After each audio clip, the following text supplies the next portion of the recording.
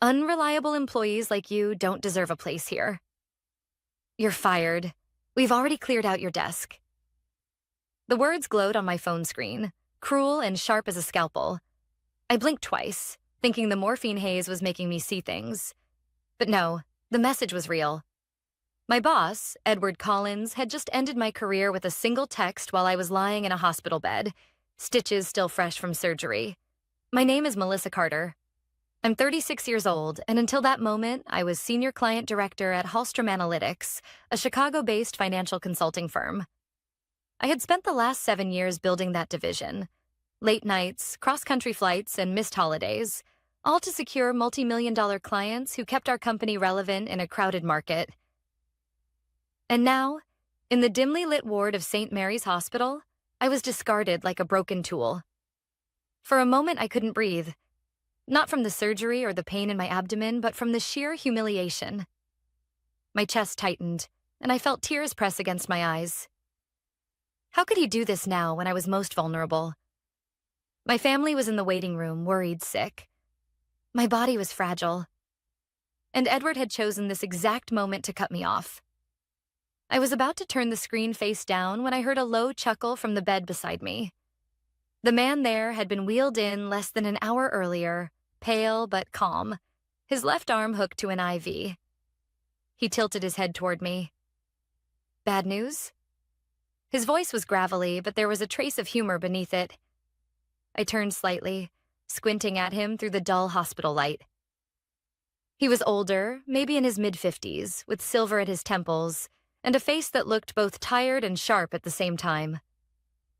I had noticed his admission papers earlier when the nurse left them briefly at the foot of his bed. Daniel Whitmore. The name had triggered something in my memory, but the drugs had dulled my recall. I just got fired, I whispered, my throat raw.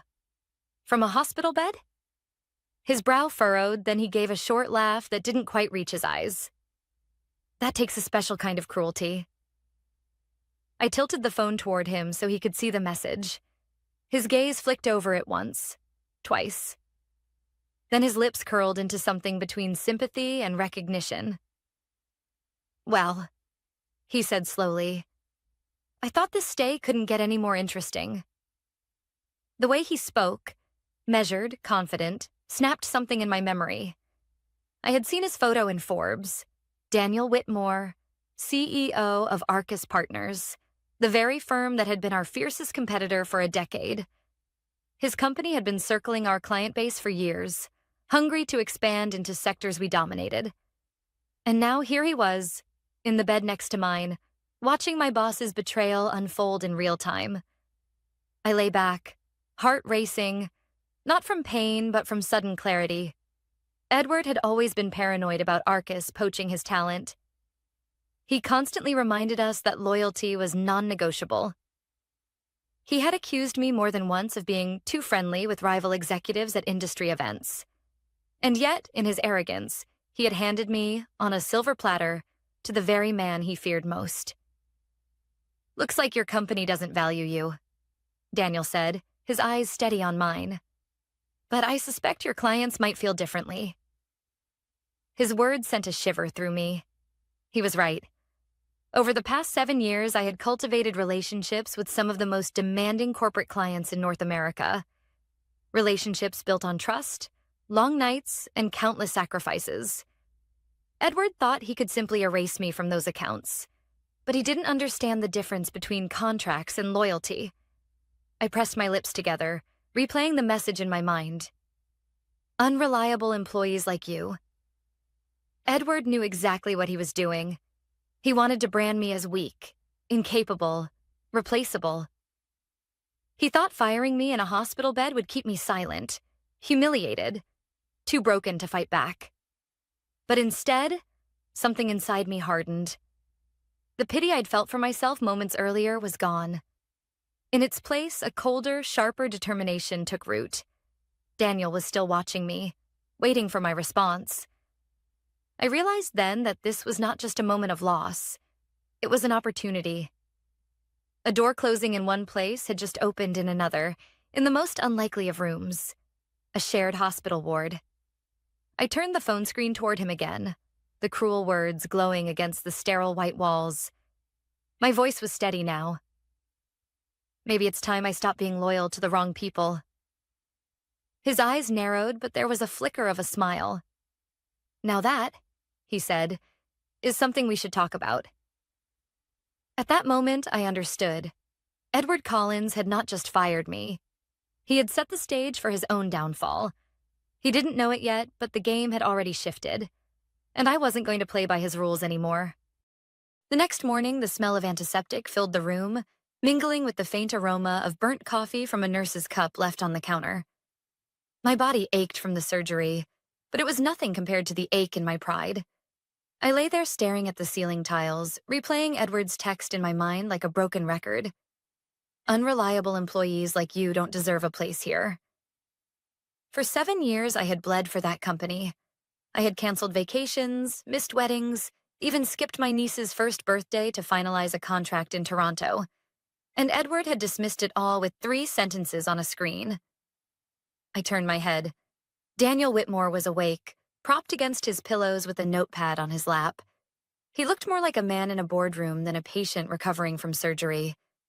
His pen moved quickly across the page, then stopped as if he'd sensed me watching. "You didn't sleep much," he said without looking up. "No," I admitted.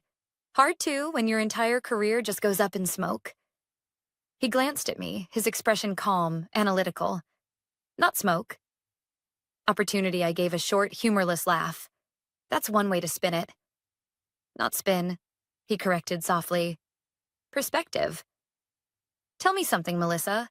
How many clients did you personally manage at Hallstrom?" The question caught me off guard. Directly? 9 major accounts.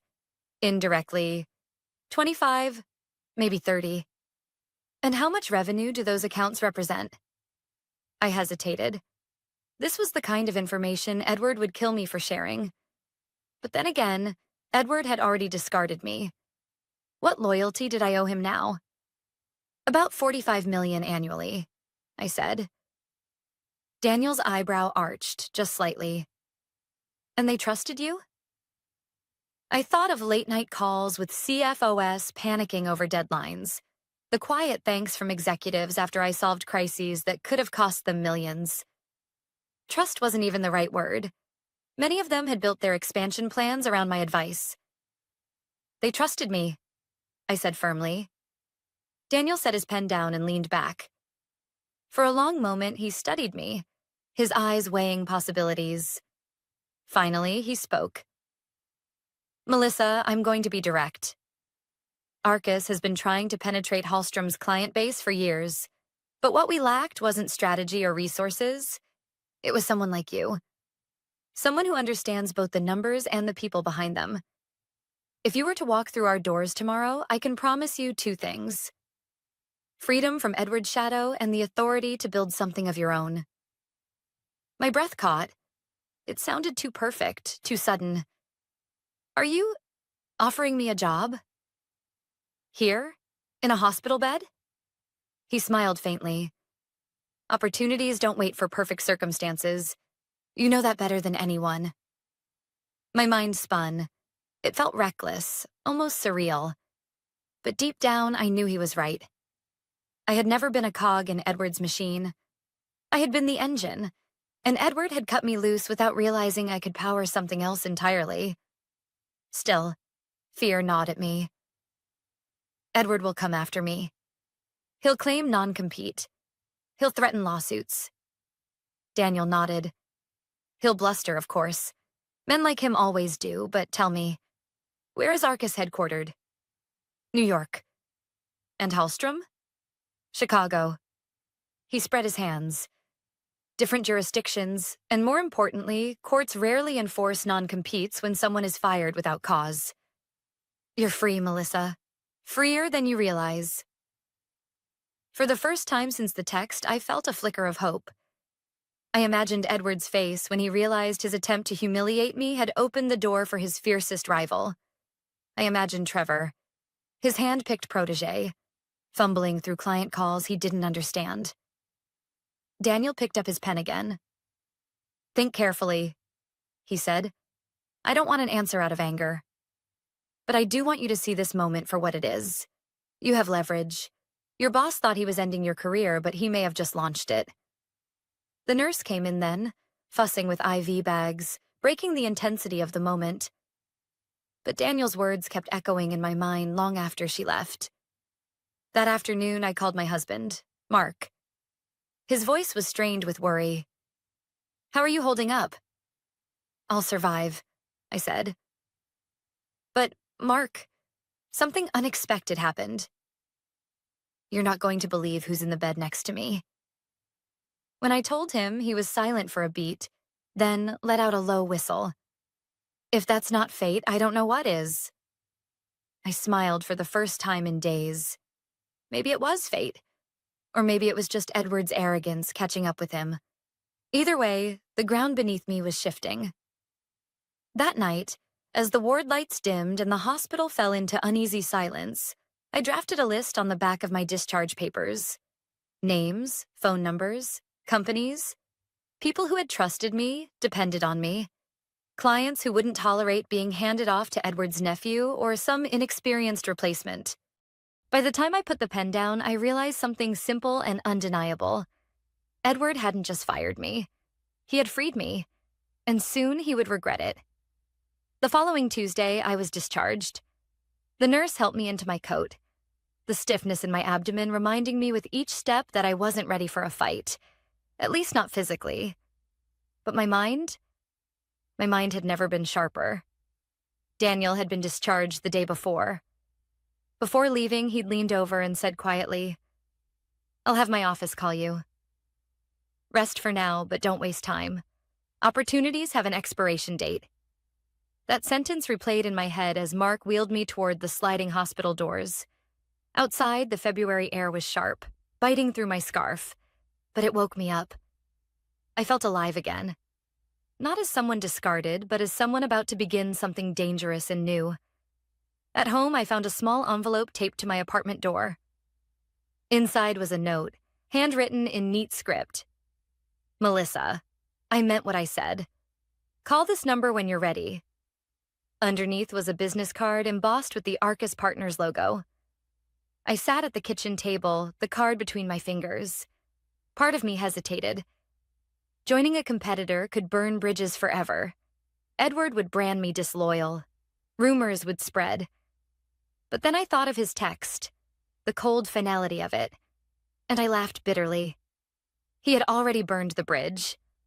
I owed him nothing. That night, after Mark had gone to bed, I dialed the number. A woman's calm voice answered, Arcus Partners. This is Lydia. I cleared my throat. This is Melissa Carter. Daniel Whitmore told me to call. There was a pause, then her tone shifted to something warmer. Of course, Ms. Carter, Mr. Whitmore is expecting you. Can you come in on Thursday? Thursday. Just 3 days after being discharged from the hospital. My body still felt weak, but my pride wouldn't allow me to delay. Yes, I said. I'll be there.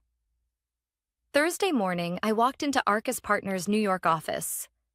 The lobby gleamed with polished marble and glass, everything about it radiating confidence. Lydia met me at the reception desk, her smile practiced but genuine. Mr. Whitmore is waiting. Daniel was seated in a conference room overlooking the Hudson River. He rose when I entered, extending his hand like we were meeting at a gala, not after shared pain in hospital gowns. Melissa, he said warmly, I'm glad you came. I sank into the chair across from him, my pulse racing. I don't want to waste your time, I said. So let's be clear. I'm not here to gossip about Hallstrom. I'm here because I know my clients. They trust me. And if Edward thinks he can shuffle them off to someone else, he's in for a rude awakening. Daniel studied me for a long moment, then nodded. Good. That's exactly what I wanted to hear. He slid a folder across the table. Inside were contract drafts, compensation figures, even equity options. It was more generous than anything Edward had ever offered. But what made my heart catch wasn't the salary. It was the title. Vice President, North American Client Strategy. My throat tightened. This is more than I expected. You've been underestimated for too long, Daniel said simply. I don't make that mistake twice. I signed that afternoon. My hand trembled as I wrote my name, not from fear, but from the sheer weight of what it meant. The following week, I made my first calls. Carefully, quietly, I reached out to 3 clients I trusted most.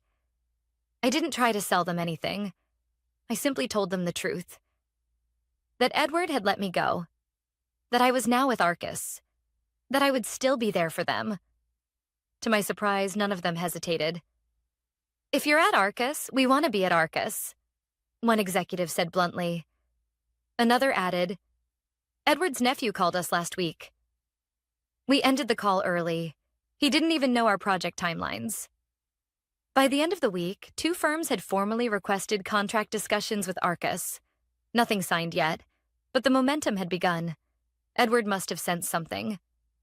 On Friday afternoon, my phone buzzed with a number I hadn't seen in days. Against my better judgment, I answered.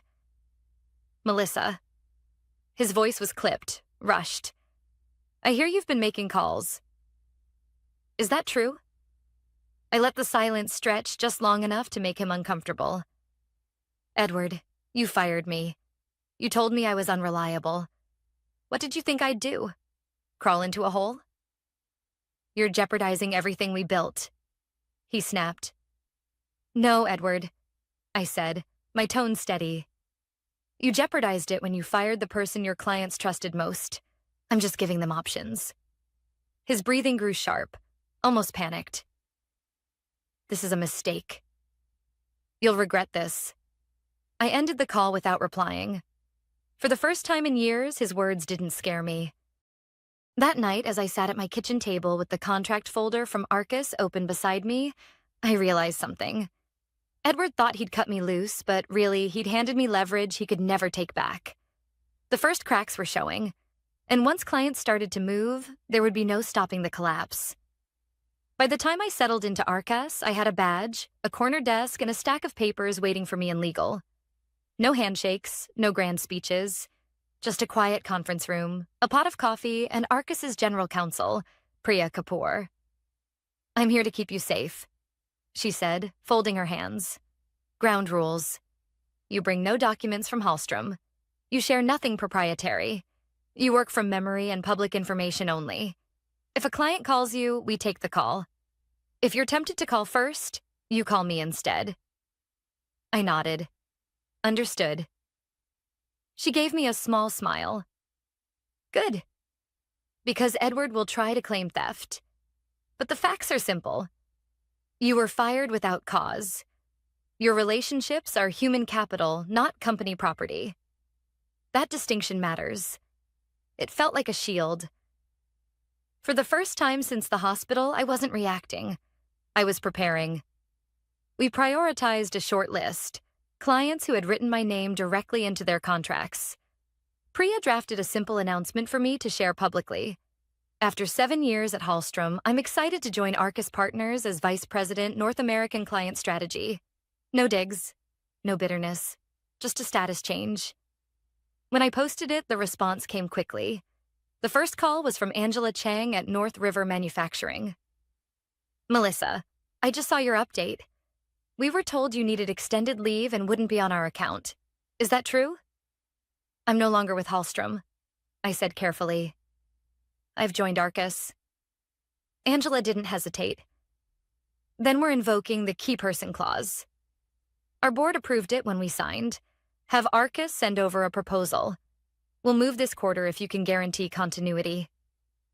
Soon after, Easton Bio's COO reached out by email. Their message was short and direct. We require stability and senior oversight. If Melissa Carter is no longer with Hallstrom, please advise how she can continue leading our work from Arcus. My hands trembled as I read. Not from fear, but from how fast the shift had begun. By the end of the day, 3 more clients had asked for meetings. Nobody was angry. Nobody dramatic. Just pragmatic questions about stability, continuity, and trust. Exactly the kind of conversations I'd built my career on. Edward, of course, didn't do pragmatic. My phone filled with missed calls from his number, followed by a text. Cease immediately. You are in violation of your non-solicit. Our counsel will be in touch. His attorney followed with a furious email. Priya drafted a reply that was calm and surgical. Our client was terminated without cause. She is not solicited. Clients contacted her after a lawful announcement. Please direct future communications to counsel. No emotion, just precision. That evening, my husband asked quietly, "Does he still scare you?" He used to, I admitted. Now I just feel finished with him. The next day, the first formal termination letter arrived. North River's legal team cited the key person clause and copied Arcus. It wasn't emotional. It read like weather. Facts, not feelings. Edward finally got me on the phone. His voice was brittle. What are you doing? You can't move our book. This is theft. You fired me, Edward. Clients are making their own choices. You think you can run to Whitmore and gut what we built? I'll bury you in court. Then speak to Priya, I said evenly. You won't survive this business. He snapped. People remember disloyalty. Then they'll remember yours too. I hung up before he could finish. My hands shook, but not from fear. His power over me had evaporated. Soon after, Meridian Logistics requested a transition discussion. Their VP, Valentina Morales, was blunt. We were bounced between two junior analysts last week who couldn't answer basic questions. If you're leading at Arcus, we'll follow. If not, we pause until we find someone who understands us. That night, I got a call I didn't expect. From Dana Patel, Hallstrom's senior project manager. Her voice was low, urgent. I shouldn't be doing this, but you need to know. Edward told IT to forward your client inbox to his nephew. He had us reissue SOWs with your name removed. He's pushing unauthorized change orders to inflate revenue. My stomach sank. Dana, that's fraud. I know. I've documented everything. I'm not protecting him. Not after what he did to you, I warned her to be careful, but inside I felt something solidify. This wasn't just incompetence anymore. It was desperation. By the end of the week, Easton Bio's termination letter landed, and Edward himself stormed Arcus's lobby, demanding to see me. Daniel intercepted him calmly. From the mezzanine, I watched as Edward raged, his face red, his gestures wild. She's finished, he shouted, pointing up toward me. Hear me? Finished. Daniel didn't even raise his voice. You fired her in a hospital bed. Clients trust her, not you. They're choosing where to go. Security escorted Edward out. He twisted once to glare at me, his eyes glassy with something that looked almost like panic. Word spread quickly after that. Colleagues messaged me quietly, asking what had really happened. I stuck to the truth. I had been terminated without cause, and I was now with Arcus. Nothing more, nothing less. By the week's end, North River had signed with Arcus, Easton Bio's counsel approved our draft, and Meridian was preparing to transition. Edward's voicemails grew stranger, pleading one minute, threatening the next. I stopped listening to them. Then Dana called again. Emergency board meeting, audit flagged unauthorized change orders. They're asking how we lost 3 anchor accounts in days. I looked out over the city. The skyline was the same, but I knew everything beneath it had shifted. He's going to unravel, Dana whispered. Be ready. I am, I said. And for the first time, I truly believed it. 2 weeks later, I was back in Arcus's office, standing at the window overlooking the city. The skyline stretched endlessly, calm and indifferent, while my phone buzzed nonstop with updates from clients, lawyers, and colleagues. Hallstrom was crumbling. North River, Easton Bio, and Meridian had all finalized their exits. 2 more contracts were in the process of being transferred. Each conversation felt the same. Polite, pragmatic, but decisive. These weren't betrayals. They were corrections. Clients simply followed the trust they had built over years. Dana called again. Her voice carried the weight of exhaustion. Edward is barely holding it together.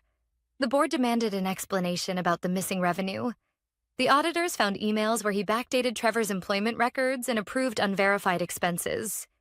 It's bad, Melissa. Really bad. I closed my eyes, letting her words sink in.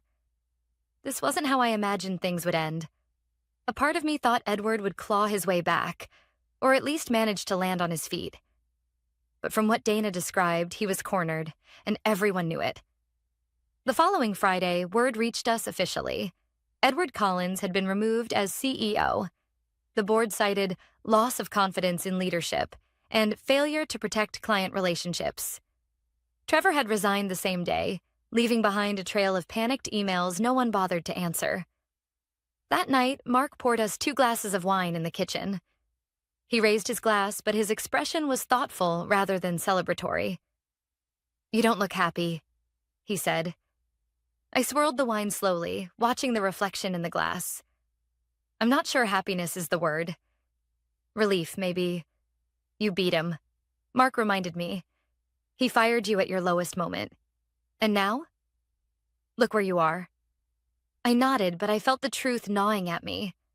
Destroying someone else never truly feels like victory. It felt like cleaning up a mess that should never have been made. The next morning, I received a call from an unknown number. Against my better judgment, I answered. Melissa. Edward's voice was unrecognizable, hoarse, stripped of authority. They've ruined me. You've ruined me, I didn't speak. You could have walked away. He continued, his tone trembling between anger and despair. But you had to humiliate me. After everything I gave you, I finally answered, my voice quiet but steady. You didn't give me anything, Edward. I earned it, and you tried to take it away with a text message while I was lying in a hospital bed. That's not leadership. That's cowardice. For a moment, the line was silent except for his unsteady breathing.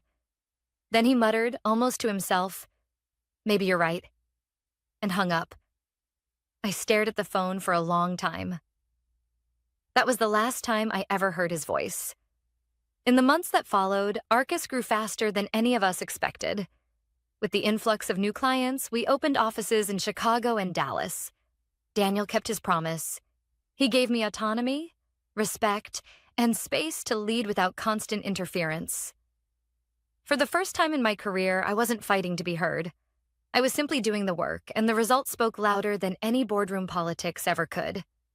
One evening, after a particularly long day, I walked into our apartment and found Mark cooking dinner. The smell of garlic and herbs filled the kitchen. He looked up and smiled. So, Vice President Carter, how does it feel to be building something new?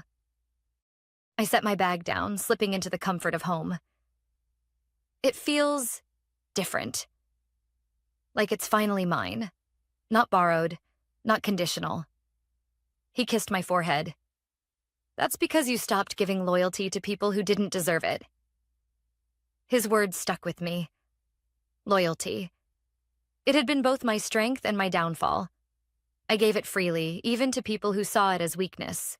But the truth was simple. Loyalty is powerful only when it's mutual. When it becomes one-sided, it turns into chains. 6 months later, I received a message from Dana. Just thought you'd like to know. Edward's been blacklisted from 3 major firms. Nobody wants to touch him. Word spreads fast in this industry. I didn't reply right away. Instead, I looked around my new office at Arcus. The glass walls, the hum of a growing team, the steady rhythm of work I actually believed in. Then I typed back. Thank you for telling me. I hope you're doing well. I left it at that. When I think back to that hospital bed, to the text that ripped the ground out from under me, I realize now it wasn't the end. It was the beginning. Edward thought he was discarding me. What he really did was set me free. And the message I carry from all of this is simple. Never let someone else decide your worth. Jobs, titles, companies, they can vanish in a moment. What remains is your work, your integrity, and the trust you build with people. Those are things no one can fire you from. Edward lost everything because he never understood that. I gained everything because I finally did.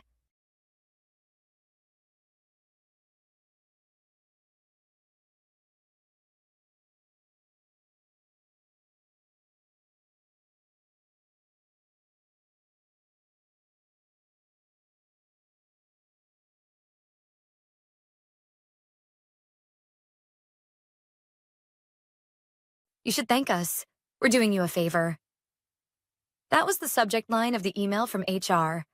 No greeting, no warm-up, just a neon slap of corporate cheerfulness in my inbox at 8:04 a.m., like a dentist announcing he'd removed the wrong tooth, but at least my smile looked strategically optimized.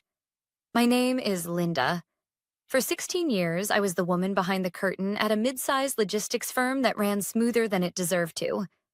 I wasn't the CEO, or the VP of sales with his loud ties and louder ego. I was the one who kept the rules straight. Payroll filed correctly, contractors properly classified, labor compliance reports submitted on time. Every time. Invisible work. Essential work. The kind of work that makes or breaks a company in ways no one claps for at quarterly meetings. I wasn't the one telling jokes in the break room. I wasn't baking cupcakes for Carol in accounting. But when someone's health insurance mysteriously vanished mid-treatment, or when overtime went missing from paychecks, who fixed it? Me. Always me. Quiet Linda with the cluttered desk and the memory of an IRS agent. And for all that, what did I get? A title that sounded like something scraped off the bottom of an org chart. Operations Specialist 2, which in plain English means the duct tape, the aspirin, the mop crew for bureaucratic sewage. So when HR hit me with that email, you should thank us. We're doing you a favor. I didn't flinch. I didn't cry. I didn't even let my coffee get cold. Because here's the thing. When you spend 16 years cleaning up everyone else's mistakes, you learn two things. 1, people always underestimate the quiet one. 2, every system leaves a paper trail. But let me rewind for a moment. It started with a vague calendar invite. Quick sync, HR and OPS. That's the kind of subject line that smells like disinfectant and bad news. I walked in and found Janice from HR perched behind the conference table, smile so wide it looked stapled in place. Next to her sat a fresh-faced intern, clicking her pen like she was about to announce my prize on a game show. Linda, Janice began, voice sugary enough to rot teeth. We want to thank you for your many years of service. Truly invaluable translation, death sentence in corporate. We've been restructuring strategically, she continued, reading from a script like a hostage. And unfortunately, your position has been deemed redundant. Redundant? The word hung in the air like a bad smell. Redundant, as though I were an old paperclip or an outdated software license. Then came the kicker. But this is really a favor to you, Janice added brightly, as if gifting me a cruise to nowhere. It's a chance for you to explore new opportunities. We're even offering a modest severance of favor. That word lit a fuse somewhere deep in me. Because favors are what you ask when someone covers your lunch bill or waters your plants while you're on vacation. Favors are not what you call gutting someone's career after nearly 2 decades of loyalty. I didn't scream. I didn't throw my coffee. I didn't even raise an eyebrow. Because I didn't need to. I had something stronger than fury. Receipts. 16 years worth of audit trails, compliance memos, and policy clarifications saved neatly in folders that could make or break the building's foundation. I nodded once. Understood, I said. Calm, professional. The kind of calm that should come with a warning label. Janice mistook it for acceptance. She smiled wider, slid a manila envelope toward me, exit packet, printed on cheap paper, and chirped, You'll land on your feet, Linda. We're doing you a favor. I left the room without ceremony, passed by the office plants that had lived longer than half our interns, and sat back down at my desk. My fingers hovered over the keyboard. I reread Janice's email twice. That phrase again, doing you a favor, and then I did something very simple. I hit reply, 4 words, Thanks for confirming. And then, like seasoning a perfect roast, I added one more detail. A quiet little CC to the State Labor Board's wage and hour division. Not a rant. Not a manifesto. Not a single word of anger. Just professional courtesy. Because here's the secret. When you're the one who's been documenting every line of labor code compliance for 16 years, you don't need fireworks. You just need sunlight. I clicked send, sat back, took a sip of my bitter coffee, and smiled. They thought they'd done me a favor. They had no idea what they'd just started. An hour after I hit send, my phone rang. Unknown number. I let it buzz until voicemail kicked in. 3 minutes later, it rang again. Same number. I sighed, pushed my chair back, and answered. Linda? The voice was tight, clipped, like it was holding its breath. It was Robert, the CFO.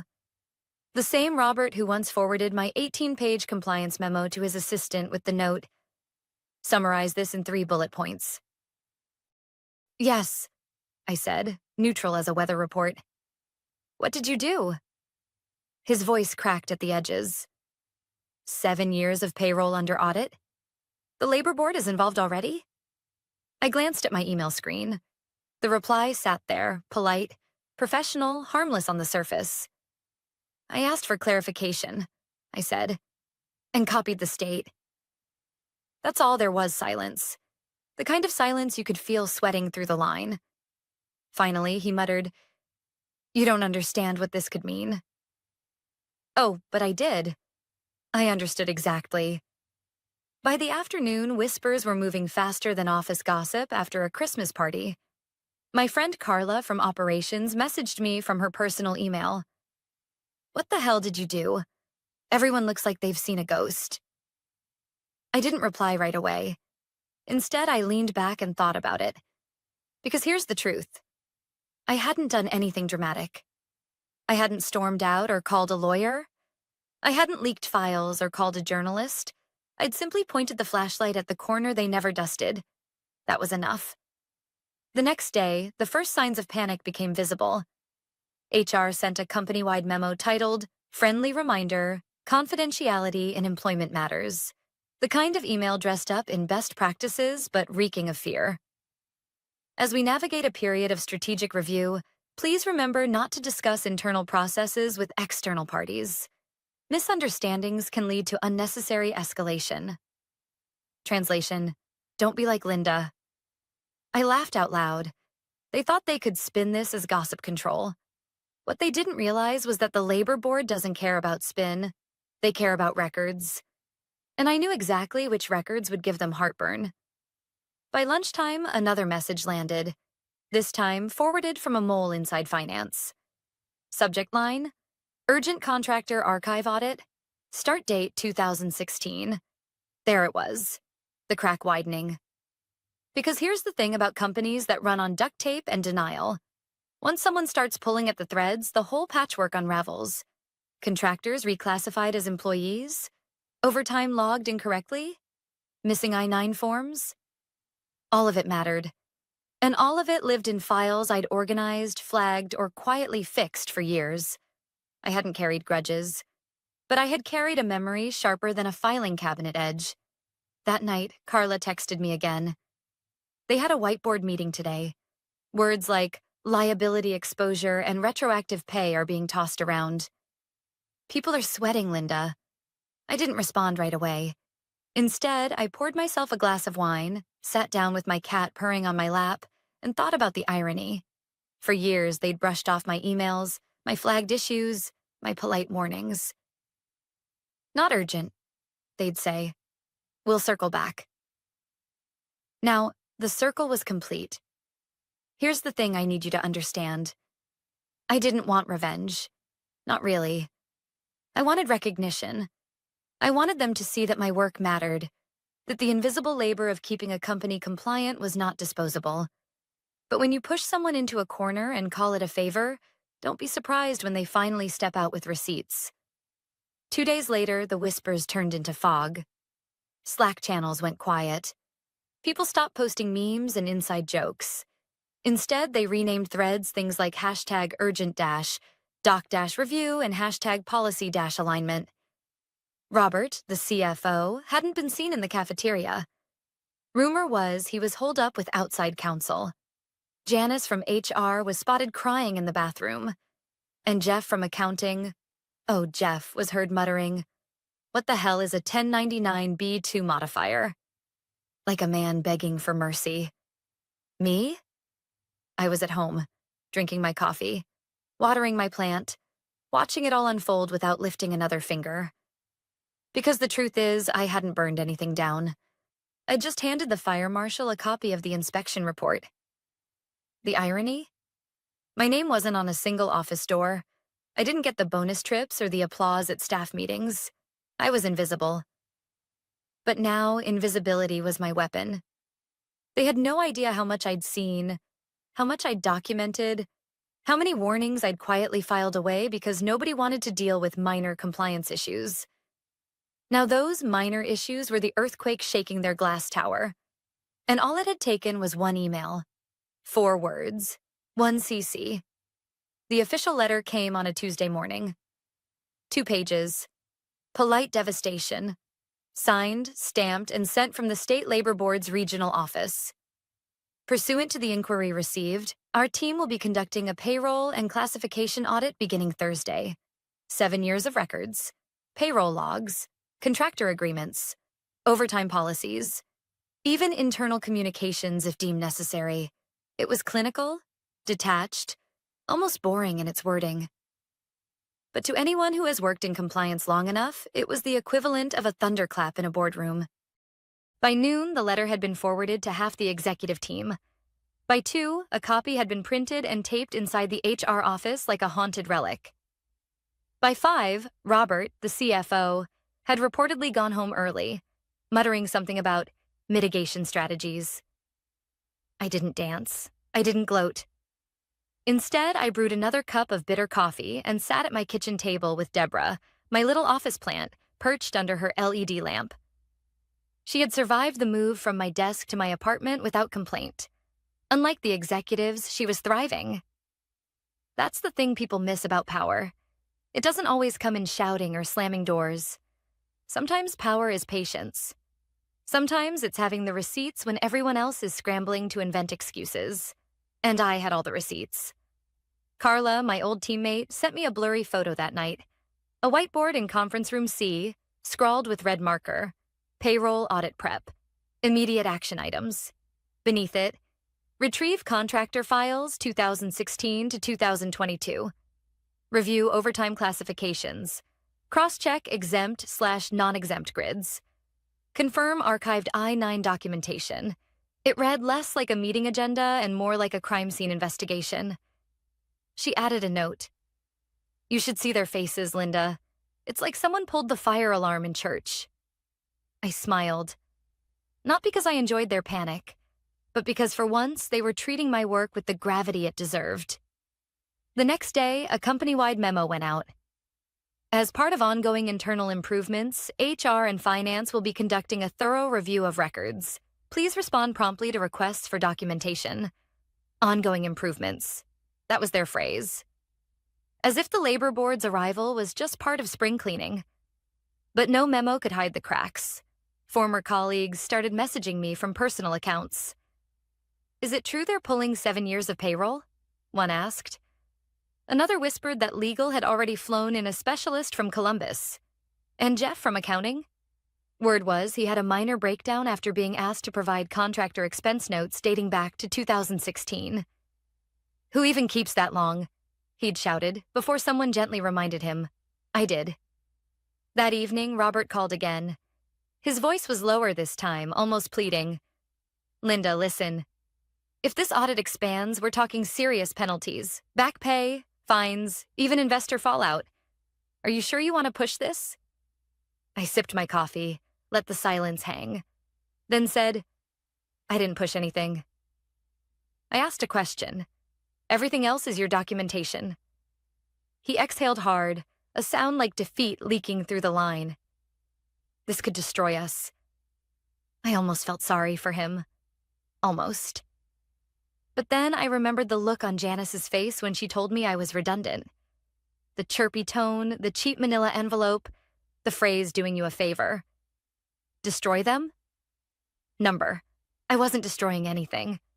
They were simply being forced to face what they'd ignored for years. By Thursday morning, the office looked like a bunker. Legal boxes stacked in hallways. Laptops carried out of conference rooms like stretchers. Emails shortened to one-line replies, stripped of emojis and casual chatter. Carla's final message of the week summed it up best. Linda, they taped your email to the HR office door. People call it the trigger. I stared at the screen for a long time, then laughed quietly. Because it wasn't the email that caused this storm. It wasn't me at all. It was them. Their shortcuts. Their arrogance. Their belief that the quiet worker would never speak, never fight back, never know how to make the system listen.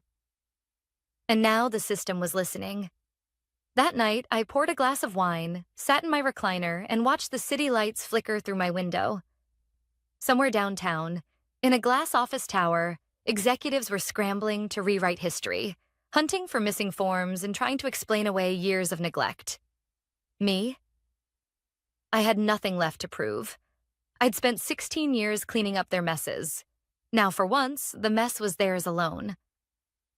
And the audit had only just begun. The auditors arrived on a gray Thursday morning. No fanfare, no drama, just two state officials in dark suits carrying briefcases and clipboards. Not FBI agents with flashing badges, not journalists with cameras. Just people who looked like they lived and breathed regulations, the kind who could ruin a career with a raised eyebrow and a citation. Inside the office, panic was already thick. Carla texted me before 9. They're here. Real labor board people. Suits, badges, everything. The conference room looks like a war bunker. I pictured it. The whiteboard wiped clean, replaced with rows of binders, finance staff pacing, HR interns pretending to be useful, handing out bottled water like they were hosting royalty, and Robert, the CFO, trying to keep his voice steady while knowing the foundation under him was cracking. I wasn't there, of course. I was at home, in sweatpants, sipping coffee. But my phone buzzed with updates like a live news feed. They're asking for overtime logs from 2017. Carla wrote. Legal looks pale. Janice keeps saying operational optimization like it's a prayer. I leaned back in my chair, Deborah the plant soaking up sunlight on the windowsill. For once, I wasn't the one fixing the mess. I was just watching, and it was strangely satisfying. Here's the part most people don't understand about audits. They're not explosive. They're slow, methodical, suffocating. They don't shout. They dig. They ask for one document, then another, then the thing you swore you'd never need again from 2016. By mid-afternoon, Carla texted. They asked for contractor agreements from 2018. Janice said they were archived. Auditors asked her to prove it. She froze. I could almost hear the silence in that room, because I knew exactly what was in those 2018 files, or rather, what wasn't. Missing I-9s. Misclassified employees treated like contractors. Notes I'd flagged, ignored at the time because not urgent. Now, suddenly, urgent. The next day, the company sent out another memo. As part of our cooperation with state auditors, please provide any requested records immediately. Confidentiality is critical at this time. Confidentiality. Their favorite word when the walls started closing in. But confidentiality can't hide years of shortcuts. It can't hide the Friday afternoons when directors logged out early but still claimed full hours. It can't hide the contractors who worked 40-hour weeks without benefits. And the auditors? They weren't fooled by buzzwords. They wanted proof. Robert called me again that evening. His voice was thinner now, fraying at the edges. Linda, look, if there's anything you can clarify. I cut him off. I'm not involved anymore. You don't understand, he said, almost whispering. They're talking about back pay. 7 figures, penalties. This could sink us. I let the silence stretch, then answered evenly. If it can sink you, Robert, maybe the ship wasn't built right to begin with. He didn't reply, just exhaled, defeated before hanging up. That weekend, I heard from Carla again. She'd stayed late on Friday, watching the executives shuffle in and out of closed-door meetings. They had food delivered 3 times, she wrote. Legal, HR, finance, all locked in. No one's making eye contact in the hallways anymore. The cracks were no longer hidden. They were wide open, and all because of one polite CC. Here's the irony. For years, I'd been invisible. The quiet woman by the supply closet, fixing the things nobody wanted to think about. My emails ignored, my memos skimmed, my work dismissed as routine. Now, suddenly, I wasn't invisible at all. My name was on the audit file. My email, the one with 4 words, was taped to HR's door like a warning sign. Employees whispered it in the break room. The trigger. I hadn't raised my voice. I hadn't staged a protest. I hadn't burned a single bridge. I'd just flipped on the inspection light. That Sunday evening, I sat on my couch with a glass of red wine, the city humming outside my window. I thought about what was happening in that office tower, the frantic copying of files, the nervous glances at auditors, the whispered blame games behind closed doors. And I realized something. This wasn't revenge. Revenge is loud, messy, destructive. This was something else. This was accountability. They had spent years teaching me to be quiet, to accept, to stay in my lane. But the truth is, sometimes the quietest action is the loudest consequence. And now the reckoning was only getting started. The audit lasted 3 weeks. 3 weeks of auditors combing through records, asking questions, and quietly scribbling notes that made executives sweat through their suits. I wasn't there, but I didn't need to be. The updates reached me anyway. Through Carla, through former colleagues, even through the sudden silence on LinkedIn where managers who once bragged about innovation stopped posting entirely. The results came down in the form of a letter. 2 paragraphs. Direct, clinical, devastating. The company had failed to properly classify dozens of workers over multiple years. Overtime had been withheld from exempt employees who were routinely asked to respond after hours. Contractors had been misused, mismanaged, and mislabeled. The penalties? Back pay, fines, and interest. 7 figures. Not minor, not a slap on the wrist. Enough to shake investors. Enough to put names in headlines. Carla messaged me the day the letter hit. Linda, you wouldn't believe it. Emergency all hands. CFO looked like he hadn't slept in a week. Janice was pale as a ghost. People are whispering layoffs are coming.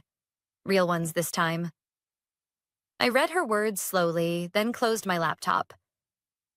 This was never what I wanted. I hadn't dreamed of the company collapsing. I hadn't spent years imagining them suffering. No, what I wanted was recognition. Proof that my work mattered. That the quiet labor of keeping the machine compliant wasn't disposable. But sometimes the only way to make people see the cracks is to let the whole structure shake. A week later, Robert called me again. His voice was tired, defeated. Linda, he said softly, the board wants answers. Investors are furious. We're facing millions in liability. Why? Why did you do this? I let him finish, then answered calmly, I didn't do this, Robert. You did. All of you. I asked for clarification. Everything else was already there, waiting. He was silent for a long time. I could almost picture him in his office, blinds half drawn, papers stacked like sandbags around him. A man drowning in the very negligence he'd once brushed aside as not urgent. Finally, he said, we might not survive this. I didn't gloat. I didn't even raise my voice. I simply said, maybe you shouldn't have called it a favor. Then I hung up. Here's the truth. I wasn't angry anymore. Not really. What I felt was something closer to peace. For 16 years, I'd carried the weight of their mistakes, patching holes no one thanked me for. They saw me as replaceable, redundant, invisible. But invisibility had been my shield. They never noticed how much I knew, how carefully I paid attention, how many files I kept in order. They never realized that the quietest person in the room might also be the one who remembered every detail. And in the end, that was what undid them. Not rage, not sabotage, just memory. The company survived, technically. They downsized. They restructured. Robert resigned for personal reasons. Janice moved on quietly, her reputation bruised. A new compliance officer was hired, this time with a seat at the leadership table. Carla told me morale was shattered, but some employees finally felt like things might change. Policies were rewritten. Time logs actually mattered.